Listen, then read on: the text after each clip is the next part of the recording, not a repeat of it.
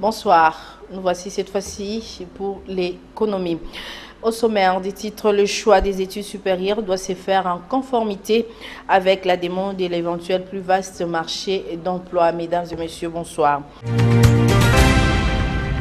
Le comité conjonctural a noté l'inflation de 0,088% au niveau national au cours de la 4e semaine du mois de septembre, contrairement à la 3e semaine du mois de septembre où l'inflation avait atteint 0,071%. Cette inflation est caractérisée par une hausse des prix des céréales et légumes sur le marché de biens et services à la consommation des ménages sur toute l'étendue de la République démocratique du Congo, notamment à Lubumbashi. Aristote Yaya Mouchito, analyste des affaires, invite les ministres de l'économie nationale de régulariser la structure des prix. Il a été contacté par Junior Kaniki, notre correspondant sur place. L'inflation, c'est l'augmentation des nouveaux billets de banque qui s'augmentent avec une exonération de prix sur le marché. C'est ça l'inflation. Le prix, c'est le facteur de la loi de l'offre et de la demande, la confrontation de la loi de l'offre et de la demande. Le prix, c'est un phénomène endogène et exogène. Le prix peut être fixé par le marché et par l'entreprise. Vous comprenez? Maintenant, l'inflation va affecter le panier de la ménagère. L'inflation va affecter le panier de la ménagère. Le pouvoir d'achat a des effets par rapport à ça. Il y a diminution des pouvoirs d'achat. Il y a le panier de la ménagère qui est touché par rapport à l'inflation. Pour remédier à cette inflation, d'abord, nous devons avoir des couvertures. Il faut qu'il y ait d'abord la production. Nous devons produire. Nous devons produire pour lutter pour l'inflation. Nous devons produire. Nous devons bien appliquer la politique monétaire. Parce que nous avons 3 politiques monétaires chez nous que la Banque centrale utilise. Il y a l'émission des nouveaux billets de banque, il y a les retraits des billets de banque et la recherche des gestes au milieu. Nous n'avons que les 3 politiques que la banque doit faire. Pour le moment, la banque cherche l'équilibre monétaire. Donc nous devons contrôler à tout prix les structures de prix. Les structures de prix de quoi? Ici, chez nous, nous avons des marges bénéficiaires que nous devons respecter. Comprenez, nous avons les marges bénéficiaires de 20%. Vous achetez quelque chose à $100. Vous devez le mettre à $120. C'est ça le respect des structures de prix. Si vous êtes au-delà de $120, là vous volez la population. C'est ce qu'on appelle les taux perçus. Le prix, c'est le ministère de l'économie. Il doit contrôler le prix. Il doit contrôler les prix. Il doit contrôler la structure des prix. La structure des prix, c'est le calcul de prix des rivières. C'est ce que nous appelons structure de prix. Vous avez les coûts de $100. Vous devez vendre votre marchandise à $120. Nous l'avons dit, au sommaire, le choix des études supérieures doit se faire en conformité avec la demande et l'éventuel plus vaste marché de l'emploi. Si un pédagogue est censé prester dans une école, un informaticien à l'heure actuelle a plus d'opportunités autant que quelqu'un qui a suivi une formation professionnelle courte et directe sur métier en plein essor. Marceline Mazemwa-Koumania nous en parle. Il est un constat amer, les Congolais ne cherchent de l'emploi que dans les secteurs pour lesquels ils ont étudié. Aucun esprit d'adaptation à l'offre d'emploi sur le marché ne traverse leur esprit. C'est ce qui expliquerait la pléthore d'universitaires sans opportunité d'emploi déversés chaque année sur le marché en RD Congo, car tous veulent se retrouver dans des entreprises traditionnelles pour justifier leur diplôme. Nous avons rencontré celui que nous nommons José au marché situé au port Baramoto.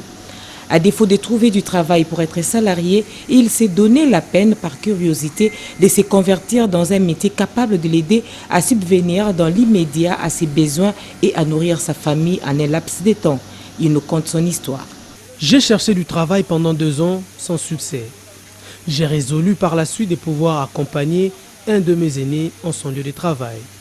C'est de là que j'ai appris par observation comment on peut transformer les grains de maïs à la semoule de maïs. J'ai ensuite imploré mon vieux pour qu'il m'autorise à essayer l'opération. Une fois à Djudjé, je me suis lancé vu que la semoule de maïs est actuellement prisée par les Congolais.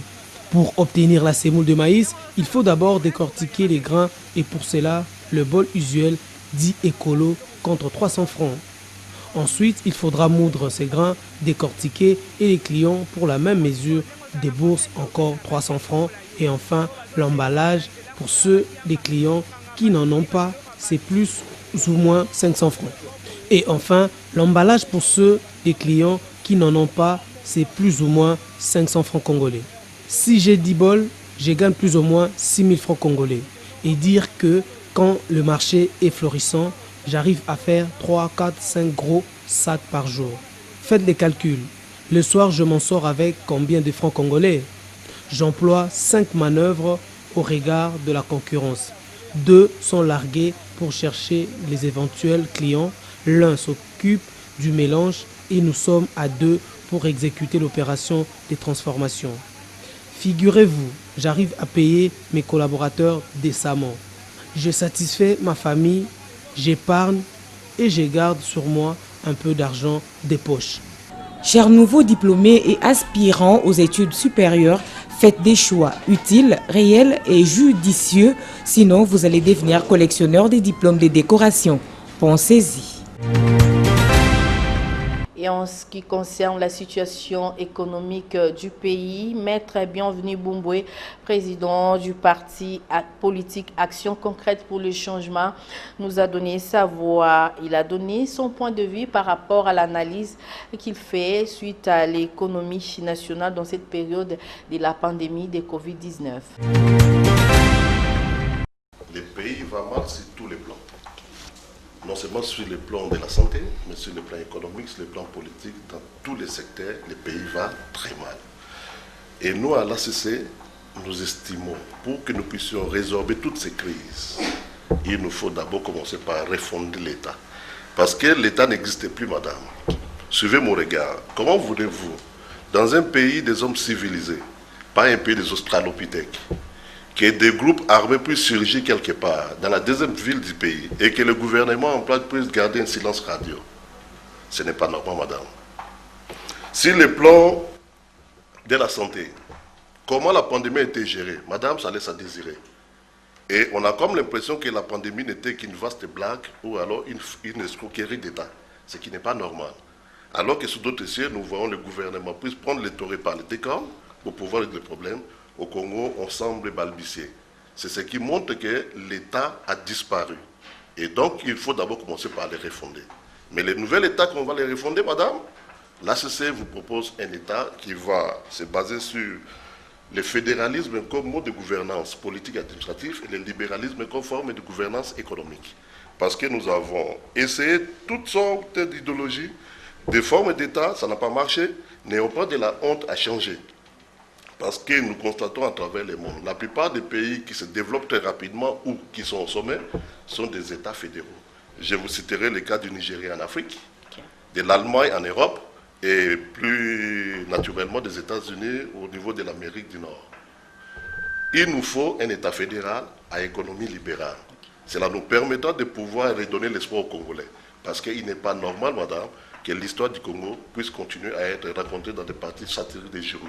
Comme si dans les pays, il n'existait pas les hommes savants ou des hommes intelligents pour pouvoir prendre ces pays et les redresser. Et comment ACC compte contribuer au développement économique de ces pays? Mais madame, je vous ai dit, l'ACC prône le libéralisme comme mode de gouvernance économique. Pourquoi, madame? Parce que déjà, je vous ai dit tout à l'heure là que l'État est démissionnaire. Il est quasiment inexistant. Voilà pourquoi nous demandons que nous puissions recréer l'État. Il nous faut refonder cet État-là. Mais alors, l'économie libérale que nous prenons, dans le libéralisme, priorité laissée à l'initiative privée. Pourquoi? Déjà, un État qui est démissionnaire, qui n'existe pratiquement pas, il n'a pas les moyens de soutenir son économie. Alors, il faut laisser les privés prendre les devants, naturellement sous l'encadrement du gouvernement central, afin que nous puissions redresser le pays. Merci. Voilà la proposition dans notre parti ACC. Parlons de l'évolution des prix des produits de première nécessité à Matadi, dans la province du Congo central, puis à Kinshasa, capitale de la RDC.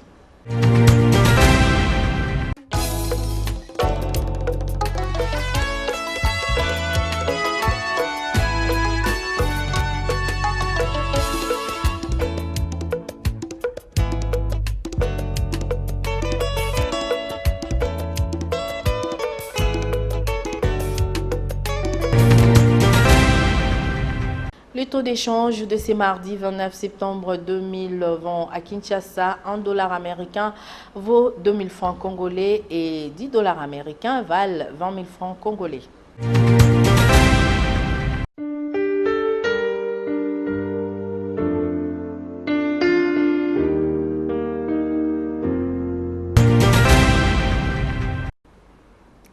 Voilà, ça n'est fini pour ce soir. Mesdames et messieurs, merci de nous avoir suivis. Grand merci à David Tembeni et Guy Maois qui étaient derrière les caméras, à la régie, production et finale, Félicia Isanga et Jean Donga.